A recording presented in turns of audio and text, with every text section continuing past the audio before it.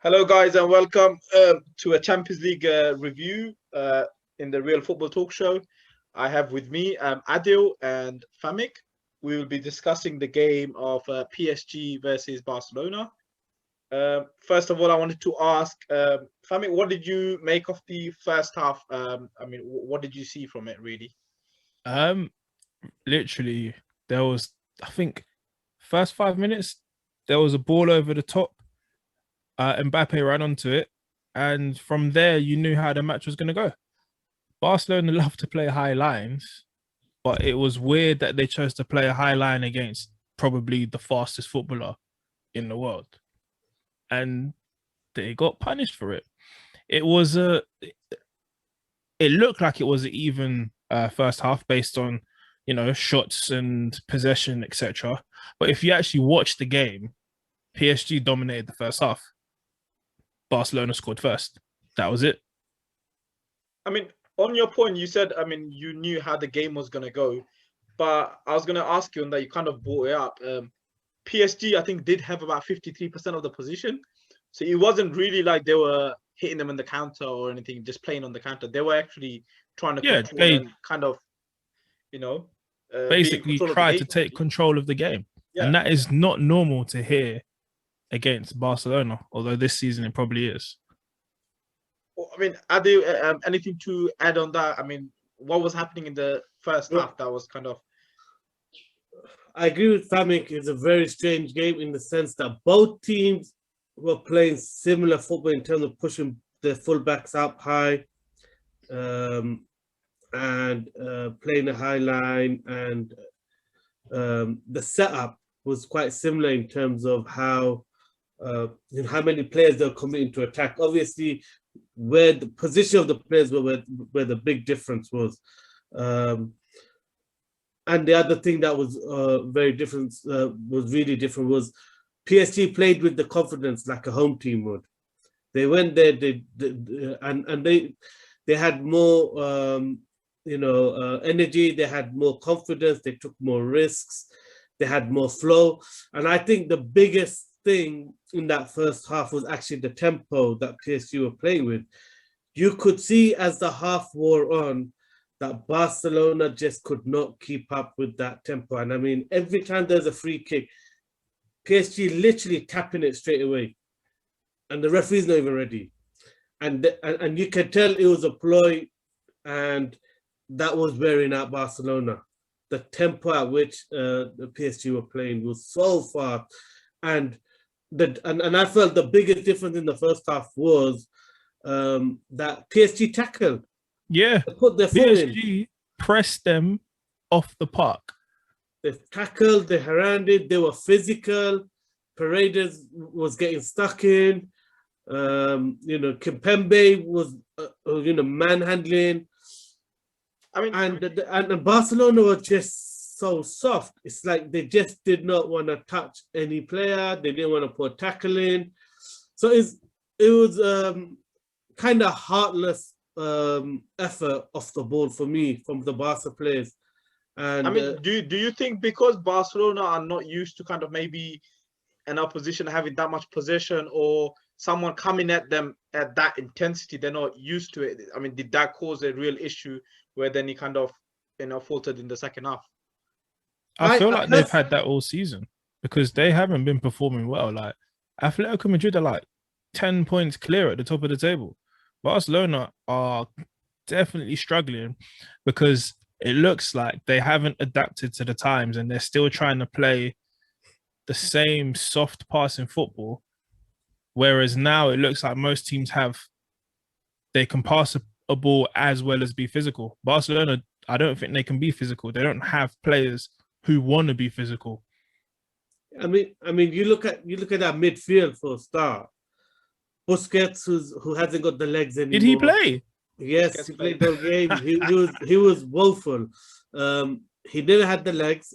Then you got and to be fair, in the first half an hour, Pedri was the only player that stood out for me in the Barcelona team. He was playing with a bit of intensity. When he lost the ball, he was putting a tackle in to win it back. When Barca lost the ball, He was sprinting to get back to position. Everyone else was coasting.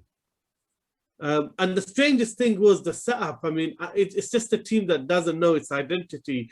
You got Messi coming into CDM regularly, and the strangest thing was whenever PSG built up the play from the back, Busquets, who's the CDM, the deepest, he went all the way up to press Paredes.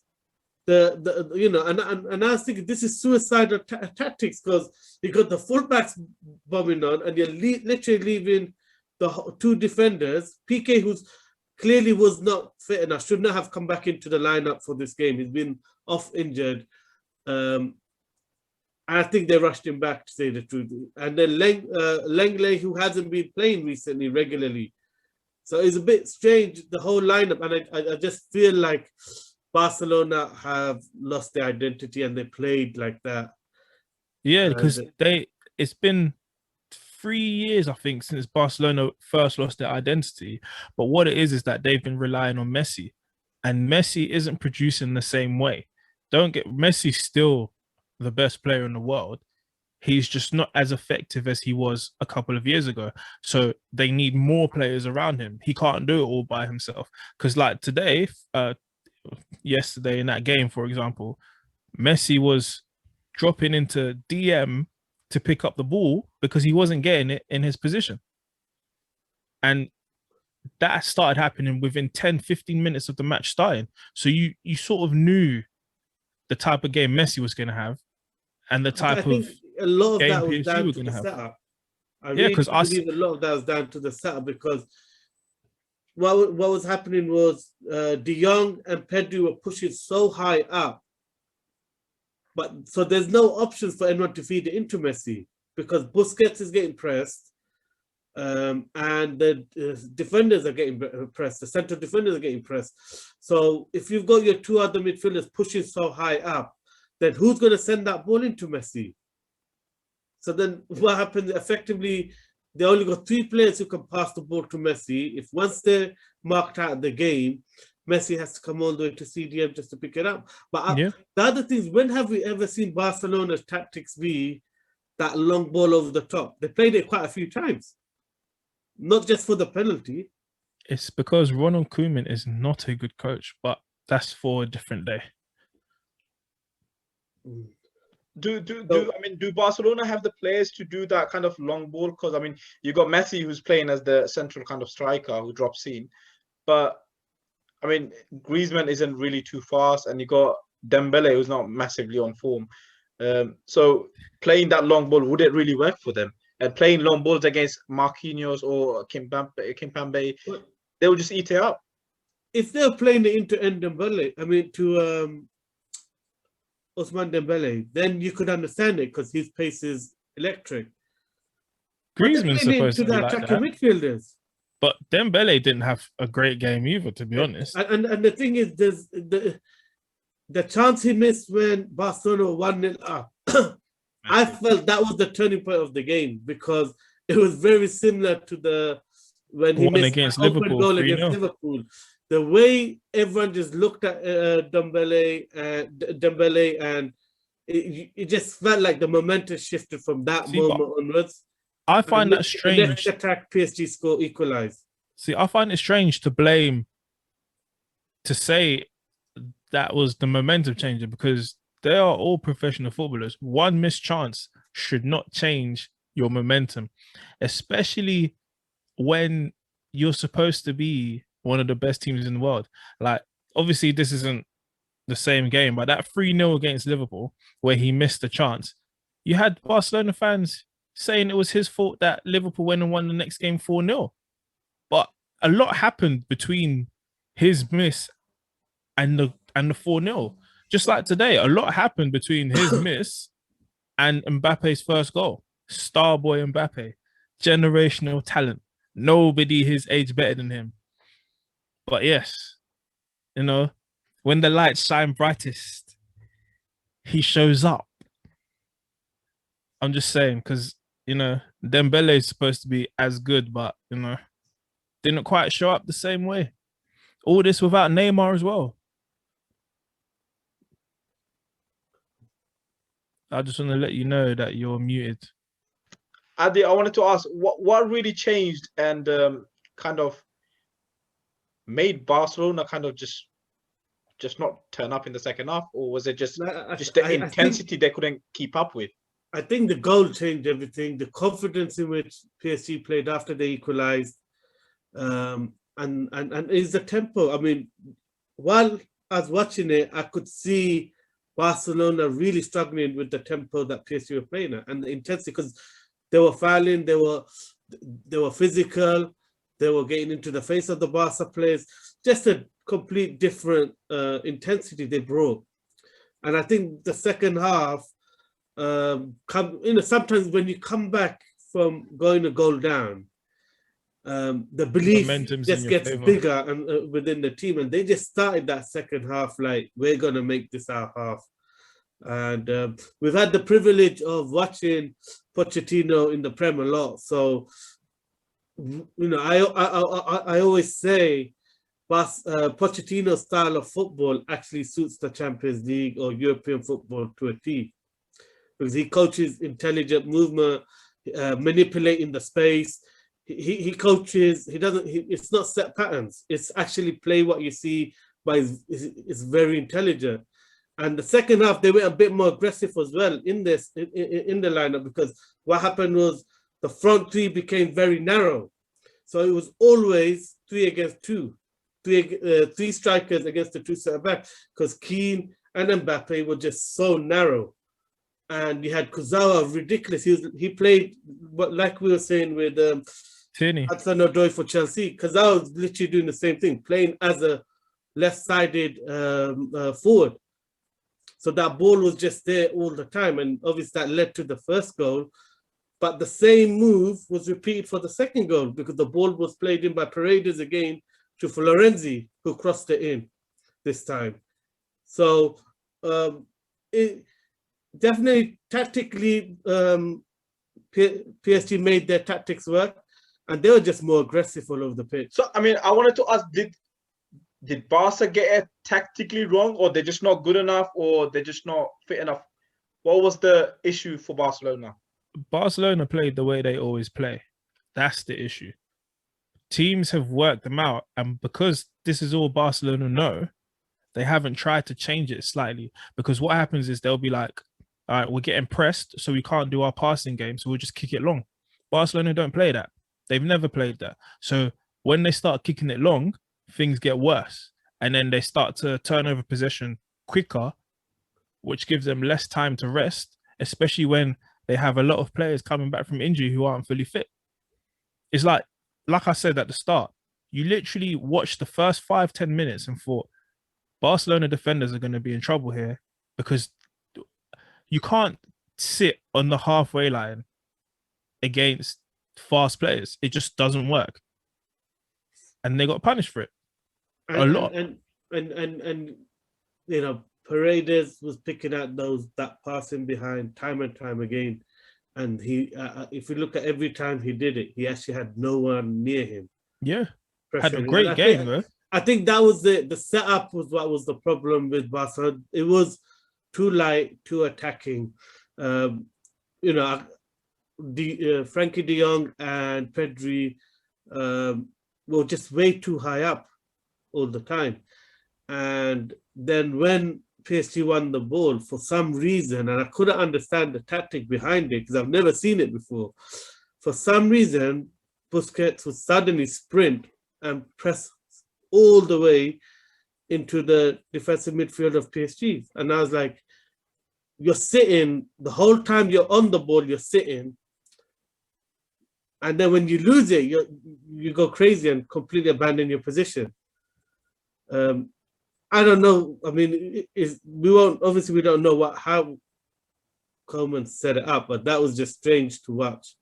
And it was done repeatedly that I think it was a tactical information they made, but it didn't, you know, couldn't understand it because it just left them exposed. I'll be surprised if Koeman's Barcelona's coach next season. I can't lie. I think he's struggling because he stopped playing 4-3-3 a long time ago. And when he first came to Barca, he didn't play 4-3-3, and under pressure to keep everything, keep the harmony and keep the club together and the players together, he's gone to this 4-3-3, and I don't think it's his style or it suits him. I also don't think it helps that he knows Messi doesn't want to be there. And do you think that's a problem then? I mean, if you're a player and you don't really want to be there, would you really give it all? I mean, even though you might try your best to give it all, but unintentionally, it won't be the same as what it would be before. I think as a footballer, you've got to be professional. And I do think Messi's a professional. And if Messi's given, I don't know, a 6 out of 10 effort-wise, that's still good enough to be the best player on the pitch. So I don't think it's that in terms of for Messi. Messi is as good as he's gonna be with the way he's playing and based on his age. It's just that the people around him, they're not Xavi, Iniesta, David Villa. The standards dropped. So obviously Messi's standard, he can't constantly score 60 goals a season with no help.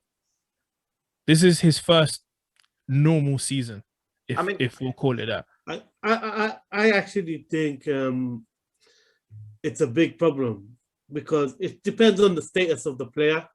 But if he's as iconic as Messi and the leader that he is at Barcelona, he's the reference point to everything that happens in Barcelona. I mean, the whole city, the papers, everything is about Messi. Now, if he's not committing, it does affect, have an effect on the club. And subconsciously, I do believe it affects performance because there's been games I've seen this season where he's literally walking around and you can see that he's been doing that since Roma. A yard away from him and he's not making an effort. He looks disinterested. And we've seen Messi over the years and, he's arguably the greatest player ever. Do you think that's because Messi's leaving or because he's seen his team be crap for 3 years in a row? I actually think it's because he's unhappy because he was heavily targeted by the previous board and they done so much. I mean, if you think about it, they done a lot of things disrespectful to Messi. A lot of false stories, publicizing his wages. They done so many things to do, and everyone performs better when they're happy. Yeah, and I do think, as much as he's tried, and I'm not questioning Messi's professionalism, but there's no way. I mean, we've all been in scenarios where we've gone to work and we're maybe not happy in the scenario at work. And subconsciously it does affect our mood and the way we perform, especially over time. And the thing is, this saga with Messi has been happening for about 2 to 3 years with this board and the way they've consistently spread bad rumors about Messi and tarnished him, really, his reputation. And it's a shame because his legacy doesn't deserve that. I mean, Messi does not deserve that. You're right. On that point, I wanted to kind of flip it. I mean, the game itself, maybe scoring a hat-trick at Camp Nou, is this like a change of guard, like a handing over to the superstar Mbappe? So I wanted to ask Fami, what do you think? I mean, was that like a show to kind of show the world that Mbappe is here, the next generation star? No, he already did that at the World Cup. We already know Mbappe's here. And as much as I like Mbappe, he is not the next in line. He is anybody under 25. No one comes close to Mbappe. But now that Messi and Ronaldo are declining, once they're done, it's Neymar on his own. Then it's Mbappe. So you think Neymar takes that piece before Mbappe, you reckon? Oh yeah, but not for long because Neymar's what, 28? 29, I think. 29, I think. Yeah, so he's not got a year or two at most at the top level still. But you've got Mbappe just doing whatever he feels like on the pitch. Now he's got a coach in Pochettino who will definitely make him better. He's going straight to the top, and he will stay there, because I keep hearing the word generational talent for players who are just normal footballers.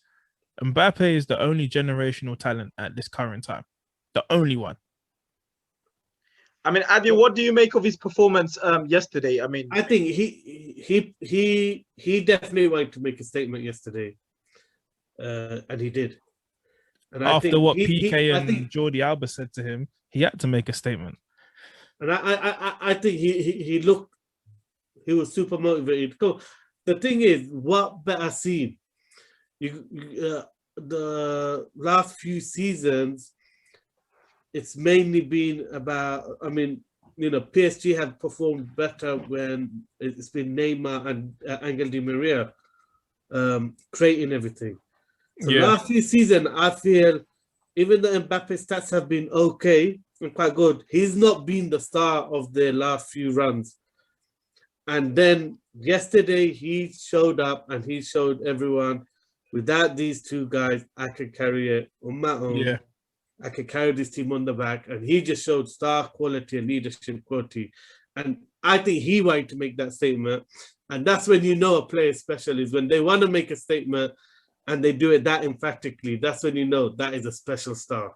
But that's what I think is the next stage for him. He needs to be that special, that he needs to make that statement with Neymar and Di Maria on the pitch. I'm not sure if Neymar actually has that drive anymore to take. I mean, technically, he's ready to take that throne, but is he going to play? Because he's still got this weird situation where he's got direct line to the president of the PSG, and he chooses when he takes breaks in games, when he goes on holiday. This is during the season. It's the same period every single year. He goes away for his sister's birthday. That's not going to change. But then he comes back like he never left. He misses loads of games and his stats are still exactly the same as all the guys who played the full season. Last year's PSG run was down to Neymar in the Champions League. Yeah. The final, nobody really performed well, but all the other games before that was Neymar. So he still has the motivation. He's still doing it. This is Mbappe's first big Champions League performance for PSG. So we'll just see how he does. Yeah, but I like that guy. Definitely something to keep an eye on, because obviously Neymar's now committed to PSG. Yeah. And they are obviously courting Messi. We're just openly. We're waiting to see what Mbappe does. Because I'm hearing Mbappe's already confirmed that he's going to see out his contract. So it's pretty obvious that he may be on the move this summer, because they're not going to let him go for free. So it's down to it's no secret that he wants to play for Real Madrid. He's a fan of the club as well. So it's down to, can Real Madrid afford to take Mbappe, given offer that PSG will accept? It's going to have to be a ridiculous offer. Speaking on Mbappe's desire to play for Real Madrid, let me ask you something, Hassan. You normally ask all the questions. Let me ask you one. Do you think Mbappe wanting to go to Real Madrid is his version of Neymar leaving Barcelona? Because technically speaking, Mbappe isn't the star man at PSG. Whereas if he goes to Real Madrid, there aren't no star men at the minute. He might get that. He might take on that mantle. So do you think he's trying to come out from under Neymar's shadow? I mean, it can be, but also you got to look at, it might be one of his dream moves, because he also said that he always wanted to play for Real Madrid. So it could be a bit of both, where footballers are liars. They don't say. I mean, it could be a bit of both, where obviously he goes to Madrid, he'll become an instant superstar. I mean, Madrid, one of the biggest club in the world as it is. I mean, it's going to give him the platform to do everything that he wants to do and kind of, take him to success. And if he does that, then obviously that will bring the kind of the Ballon d'Ors and everything. There's no doubt all these top players are managed by companies, agent companies that are all about increasing the value and the worth of the player and making it more marketable. And Mbappe is actually renowned for having one of those agents that are really pushing him to be the biggest star in football. So it's definitely linked and tied to the fact that Madrid will give him the platform to become the next superstar. Yeah. And it could end up being, it'll be interesting because it will be between him and Neymar to take that mantle on. If Mbappe goes to Real Madrid, I don't think it will be between him and Neymar. Mbappe will fly on his own because PSG as a brand are nowhere near as big as Real Madrid as a brand.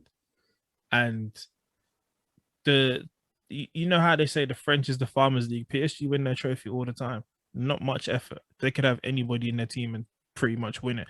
So if Mbappe goes to Real Madrid and wins something, that's going to be a bigger thing than anything Neymar does unless he wins the Champions League. So if Neymar wins the Champions League this season, you'll see what's going to happen. It will be Neymar's Champions League, but they'll put the credit on Mbappe. And Neymar won't like that. Well, I think that's part of the reason why Neymar left Barcelona was because it was all Messi. He carried the team. Even Neymar carried all the team. credit. No one will tell me otherwise. Neymar carried Barcelona for a while, especially that 6-1 against PSG. Yeah, Neymar carried Barcelona that game. And but Messi the thing got all is, the plaudits. You have to wonder, Messi, if he does go to PSG, is that also going to affect Messi won't go to PSG taking the mantle? Neymar's going to talk to the board and tell them no. No, Neymar has publicly quoted Messi, and he's pushing for the Messi deal. He wants to play with Messi again. I don't know. He put that, I think 2 weeks ago, he said it. He's publicly quoting Messi. We'll see. I reckon Messi goes. I mean, that's something obviously we will see in the future. I wanted to kind of also talk about another player that brings to attention is Moise Kean. I mean, he played for Everton in the Premier League for, 13, 14 games, and everyone kind of called him a flop or a reject from Juventus. But now he's gone to PSG, where he's played 17 games in the league, scored 10 goals, 5 in the Champions League, scored yesterday. So it takes his tally to three goals in the Champions League. What do you make of him, Adil? I mean, what's changed so much? A great remontada. What I would say is Moise Kean is very fortunate because when he moved to PSG, he had Tuchel was the manager of PSG, and I straight away noticed the difference in his movement and performance and his intelligence, and you could tell Tuchel is renowned for improving players, and now he has another manager who is similar, who's going to kick his game on even further. So Moise Kean, he's I think he's the youngest scorer for Italy international. He was a superstar at Juventus, a wonder kid potential. Everyone was kind of underwhelmed with the way he performed at Everton. Who was his manager at Everton? Well, the famous one was when he was brought on and off by Duncan Ferguson. That tells you everything you need to know. So before that, I think it might have been Coleman. See, proper just awful managers. That's why. Yeah. That's why he struggled. Now he's got good managers. I mean, you say that, but Ancelotti had a chance to see him in the summer, but he decided to loan him out. So... Ancelotti actually didn't want to lose him. Okay. But by then, the player was insistent that and his agent and the team was insistent because PSG was a great offer. I mean, who's going to reject? You don't mind being on the bench of PSG, but you're going to mind being on the bench for Everton. You'll win a trophy being on the bench at PSG. Exactly, and you're going to play with superstars and improve your game and your profile, which is what's happened. But the reason why I credit Tuchel a lot was because he made Kean his first choice striker. He was playing Kean ahead of Icardi, which a lot of people didn't like at the time. And towards the end of Tuchel's time, Tuchel and Icardi weren't seen eye to eye over it. And Kean had a good game at right wing yesterday, like very good game. And this is the thing, his movement and his intelligence has improved so much. And and now he's under another manager who's going to improve his game further. I mean, also what I wanted to talk about is with regards to PSG. Do you think they are capable of winning the Champions League this year, Famik? Well, yes, they are, but you wouldn't expect them to. I'd expect them to get to the semi-finals, and then it's just whether or not they turn up on the day, because you still got Barcelona, this season's Atletico Madrid. Real Madrid is still a Champions League team. Ronaldo is still in the Champions League.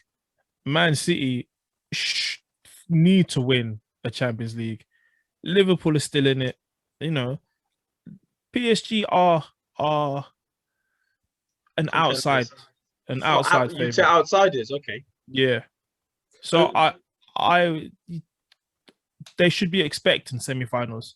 Whether they win, I would put them as one of the stronger favorites, because when I look at the teams that have the potential to win it, Barcelona are going through a transition. Yeah, Barcelona. Real Madrid are going through a transition. Juventus are going through a transition under Pirlo. Then you got a Bayern, who are one of the main threats, but they haven't performed well this season yet. So, you know, they're underwhelming this season so far in terms of performance, but that can change at any moment. And then I still think City and Liverpool are a big threat.